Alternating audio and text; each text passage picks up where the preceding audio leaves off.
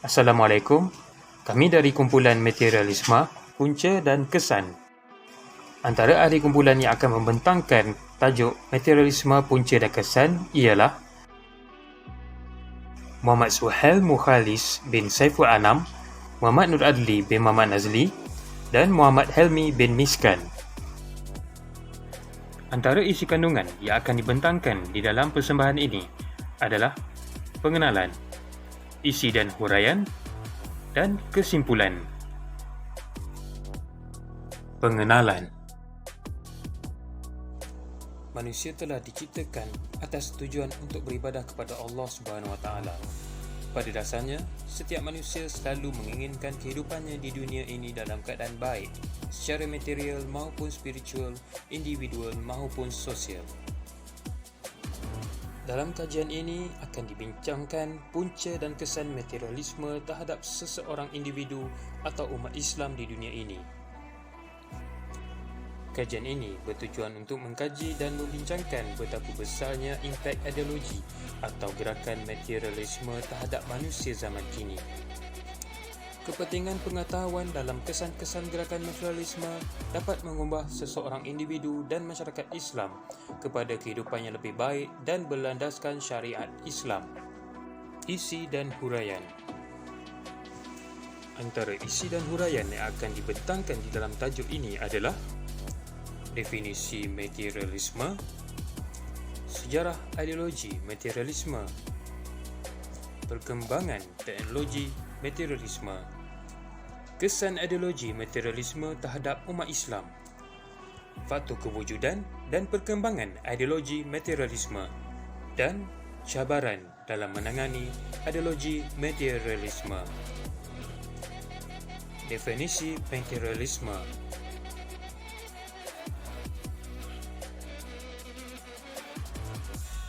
Menurut Kamus Dewan edisi keempat, materialisme membawa maksud, fahaman atau falsafah yang mempercayai bahawa hanya benda lah yang menyebabkan adanya dan terjadinya segala sesuatu dalam dunia ini.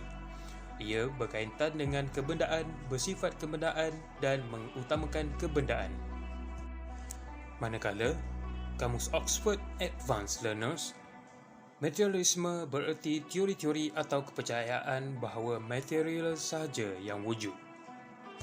Dalam bidang falsafah pula, materialisme juga disebut sebagai fisikisme yang membawa maksud pandangan bahawa semua fakta termasuk fakta mengenai pemikiran dan kehendak manusia dan perjalanan sejarah manusia bergantung kepada proses fizikal atau bahkan dapat dikurangkan olehnya.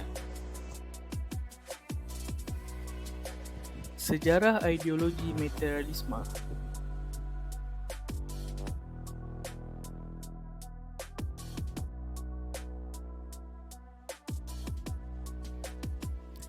Materialisme bukanlah fahaman baru yang muncul di dunia moden ini, tetapi ia dikenalkan sejak zaman Yunani kuno lagi, yang mana pada masa itu terjadinya perubahan perkembangan pemikiran manusia dari mitos ke logos. Ahli falsafah Yunani kuno kagum dengan nuansa dan misteri alam sehingga mereka berusaha untuk menemukan prinsip pertama alam semesta, archi, yang mana mutlaknya berada di belakang sesuatu yang berubah. Thales merupakan seorang falsafah alam yang pertama yang meletakkan dasar pemikirannya pada air, kerana menurutnya air ialah bahan utama bagi segala ciptaan dan semua itu juga akan kembali kepada bahan asalnya iaitu air. Seterusnya, perkembangan ideologi materialisme. Perkembangan ideologi materialisme terbahagi kepada dua fasa, iaitu zaman Yunani kuno dan zaman moden. Materialisme zaman Yunani kuno. Pada zaman Yunani kuno, terkenal dengan peradaban dunia akibat dari adanya kemajuan ilmu pengetahuan pada masa itu. Penduduk Yunani kuno pada masa itu mempercayai benda-benda gaib dan mitos-mitos yang tidak masuk akal. Thales yang mengubah pemikiran manusia pada zaman Yunani kuno dari mitos ke logos, kerana Thales tidak mempercayai kepada benda-benda gaib, melainkan menggunakan akal fikirannya sendiri. Setelah zaman Thales, pemikiran ini terus dikembangkan dan dijadikan kajian oleh pelajar-pelajar dan pengkaji. Perkembangan ini dapat dilihat dengan wujudnya penggunaan falsafah yang sama di sekolah-sekolah. Pada abad ke-5 sebelum Masihi, merekalah para falsafah yang pertama kali mencetuskan konsepsi yang jelas tentang materialisme. Terdapat beberapa lagi ahli falsafah yang mula berfikiran untuk mencari sifat segala sesuatu yang ada, seperti yang berlaku pada zaman Leucippus dan Democritus, di mana teori atomisme diperkenalkan. Seterusnya, materialisme zaman moden.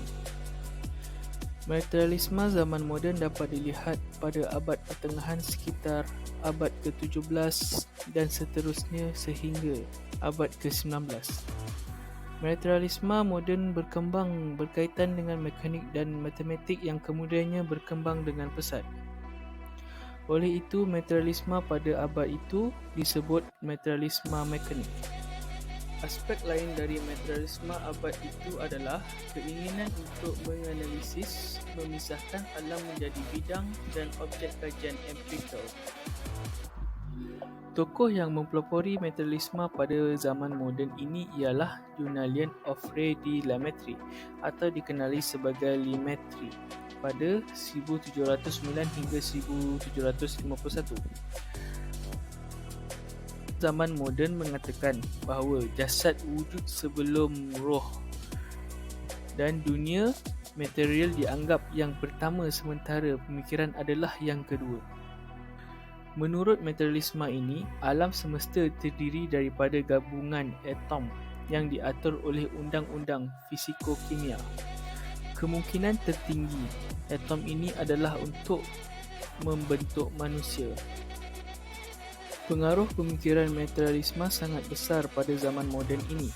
Ia dapat dilihat dari pemikiran tokoh-tokoh seperti Feuerbach, Auguste Comte, Charles Darwin, Karl Marx, hingga pemikiran kontemporari seperti Stephen Hawking. Faktor-faktor kewujudan dan perkembangan ideologi materialisme. Perkembangan ideologi materialisme berpunca dari kajian tokoh-tokoh materialisme terhadap fizik dan mengetepikan soal agama sehingga menolak unsur-unsur metafizik, alam ghaib dan kewujudan Tuhan di dalam teori-teori mereka. Fahaman yang dibawa ini telah melahirkan ramai ahli sains yang menentang terhadap sistem monopoli ilmu oleh pihak gereja pada kurun ke-17. Akibat dari penentangan ini, ahli-ahli sains ini telah dihukum oleh padri-padri. Antara contoh penentangan pihak gereja terhadap teori Galileo Galilei yang mengatakan bahawa bumi itu bulat telah menyebabkan beliau dipenjara oleh pihak gereja. Manakala hukuman bunuh dengan cara membakar hidup-hidup pula dikenakan ke atas Nicolaus Copernicus akibat daripada percanggahan pendapat dengan pihak gereja mengenai pusat kitaran dan peredaran planet. Tindakan-tindakan hukuman ekstrim oleh pihak gereja ini telah membangkitkan rasa benci masyarakat Eropah terhadap institusi agama. Perkara ini telah menyemarakkan lagi pemikiran anti-agama dalam kalangan masyarakat Eropah sehingga menyebabkan berlakunya penolakan terhadap agama. Maka fahaman materialisme ini telah berkembang dengan lebih pesat. Kesan ideologi materialisme terhadap umat Islam. Kuasa membeli pada zaman itu adalah sangat tinggi. Lalu ia menyebabkan pelbagai produk dengan pelbagai ragam dicipta sehingga pemijaannya juga sama meningkat naik. Maka keadaan ini telah menyebabkan masyarakat di negara-negara maju ini mengutamakan kebendaan, berlumba-lumba untuk menunjukkan siapa yang lebih bagus memiliki satu benda. Ia telah menyebabkan pendidikan kerohanian terhadap anak-anak terabad. Anak-anak juga mengikut contoh yang dibawa oleh mereka iaitu kehendak akan kepada kebendaan. Kelama-kelamaan telah mengajarkan kepada anak-anak mereka berfikiran bahawa ibu bapa mesti memenuhi kehendak anak-anak. Jika tidak dipenuhi, anak-anak akan memberontak dan berkelakuan aneh di tempat awam. Ia dipanggil sebagai pesta power. Gerakan materialisme ini disuntik secara halus tanpa disedari mengikut pendidikan dan media massa. Lama-kelamaan, proses urbanisasi, modernisasi dan perindustrialisasian ini dapat diberdiri di dalam sistem budaya masyarakat Islam tanpa berpaksikan nilai-nilai Islam yang murni. Gerakan ideologi materialisme telah membuatkan pegangan akidah dan pemikiran umat Islam pada hari ini berubah secara drastik dan membimbangkan.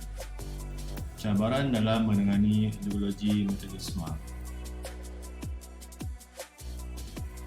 Budaya Barat yang menular dalam tampuk pemerintahan hasil daripada penjajah ke atas negara-negara Islam, terutama sekali kepada negara kita, telah melahirkan generasi selepas mereka yang tidak dibekalkan pendidik iman yang teguh. Suntikan pemikiran Barat yang cuba dimasukkan ke dalam budaya dan masyarakat Islam akan menyebabkan kerosakan di dalam umat Islam, akan menjadikan lebih parah jika perkara ini tidak dibendung lebih awal. Penjajahan ideologi Barat ke atas umat Islam akan melahirkan insan yang berfikiran tidak mengikut sunat Islam, berpandangan terhadap alam secara tidak sempurna, malah akan meruntuhkan umat Islam secara keseluruhan. Kesimpulan, melalui penelitian dan pembacaan dalam menyiapkan kajian terhadap punca dan kesan materialisme ke atas umat Islam ini, maka dapat disimpulkan bahawa cara pemikiran materialisme ini tidak patut dijadikan sebagai ikutan. Hal ini adalah kerana ianya lebih membawa kepada kerosakan dalam nilai kenegaraan dan seterusnya meruntuhkan perhubungan yang murni dalam sebuah masyarakat dengan pelbagai masalah, peruntukan akhlak dan tiada sifat hormat menghormati sesama manusia. Fahaman materialisme ini juga akan melahirkan individu yang kurang kerana mengikut hawa nafsu yang tamak, walaupun mengejar harta dan kekayaan. Lantas sekaligus dalam tidak sedar, ia menghentikan ajaran Islam yang mengutamakan sifat kejujuran dan keikhlasan dalam melakukan sesuatu perkara yang telah dipertanggungjawabkan ke atasnya. Seperti contoh dalam urusan pentadbiran, maka jika cara pemikiran ini tidak dibendung dari awal, sebuah negara itu akan runtuh dan hancur akibat daripada tiada integriti dalam menjalankan tugas. Sekian, terima kasih.